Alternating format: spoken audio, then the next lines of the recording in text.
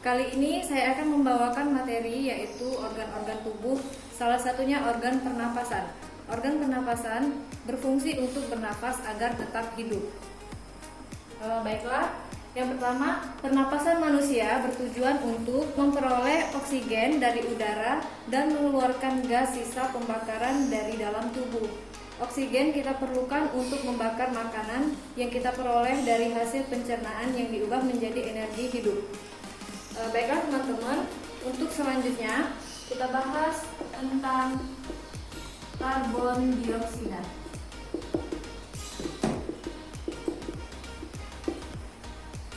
Karbon dioksida merupakan hasil pembakaran zat makanan dalam tubuh.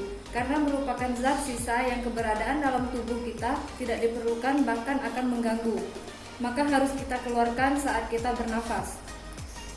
Pertukaran antara oksigen dan karbon dioksida melalui pernafasan terjadi dalam paru-paru. Secara garis besar, organ pernafasan pada manusia terdiri atas yang pertama itu hidung, yang kedua pangkal tenggorokan,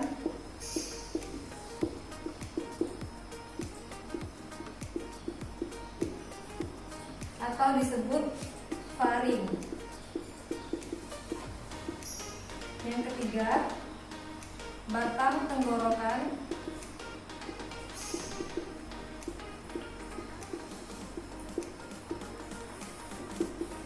trakea.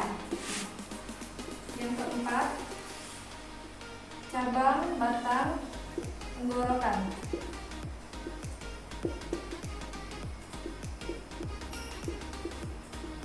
atau disebut bronkus. Dan yang kelima, anak batang tenggorokan,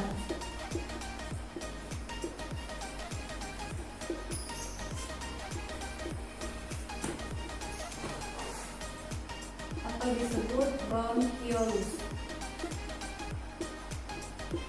Dan yang terakhir yaitu paru-paru atau pulmon.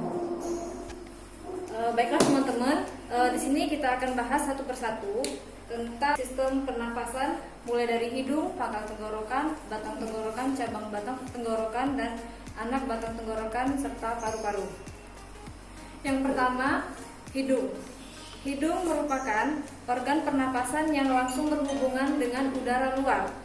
Hidung dilengkapi dengan bulu-bulu hidung, indera pembau, selaput lendir, dan konka. Rambut-rambut hidung berfungsi untuk menyaring partikel debu atau kotoran yang masuk bersama udara. Oke, lanjut yang kedua, yaitu pangkal tenggorokan atau faring. Udara yang hangat dan lembab dari rongga hidung selanjutnya masuk ke faring. Faring merupakan hulu kerongkongan yang merupakan percabangan dua saluran, yaitu saluran pernafasan atau nasofarinx pada bagian depan dan saluran pencernaan atau orofarinx pada bagian belakang. Pangkal tenggorokan terdiri atas katup atau epiglotis dan keping tulang rawan yang membentuk jakun. Baiklah, yang ketiga yaitu batang tenggorokan atau trakea. Udara yang telah masuk ke saluran pernafasan selanjutnya masuk ke batang tenggorokan atau trakea. Batang tenggorokan berfungsi untuk menyediakan tempat bagi udara yang dibawa masuk ke udara yang akan dikeluarkan. Batang tenggorokan bersifat kaku dan terbuka, panjangnya sekitar 10 cm. Nah, teman-teman, di sini samping ini ada gambar organ pernafasan manusia. Bisa kalian lihat. Oke, untuk selanjutnya, cabang batang tenggorokan atau bronkus. Struktur bronkus hampir sama dengan trakea, tapi lebih sempit. Bentuk tulang rawan bronkus tidak teratur berselang-seling dengan otot. Di dalam paru-paru, bronkus bercabang-cabang lagi menjadi bronkiolus. Oke, kita lanjut yang kelima, yaitu anak batang tenggorokan atau bronkiolus.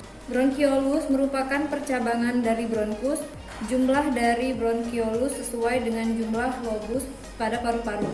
Paru-paru bagian kanan memiliki 3 lobus. Jumlah bronkiolus pada paru-paru kanan sebanyak 3 buah. Paru-paru bagian kiri memiliki 2 lobus. Jadi, jumlah bronkiolus pada paru-paru kiri sebanyak 2 buah.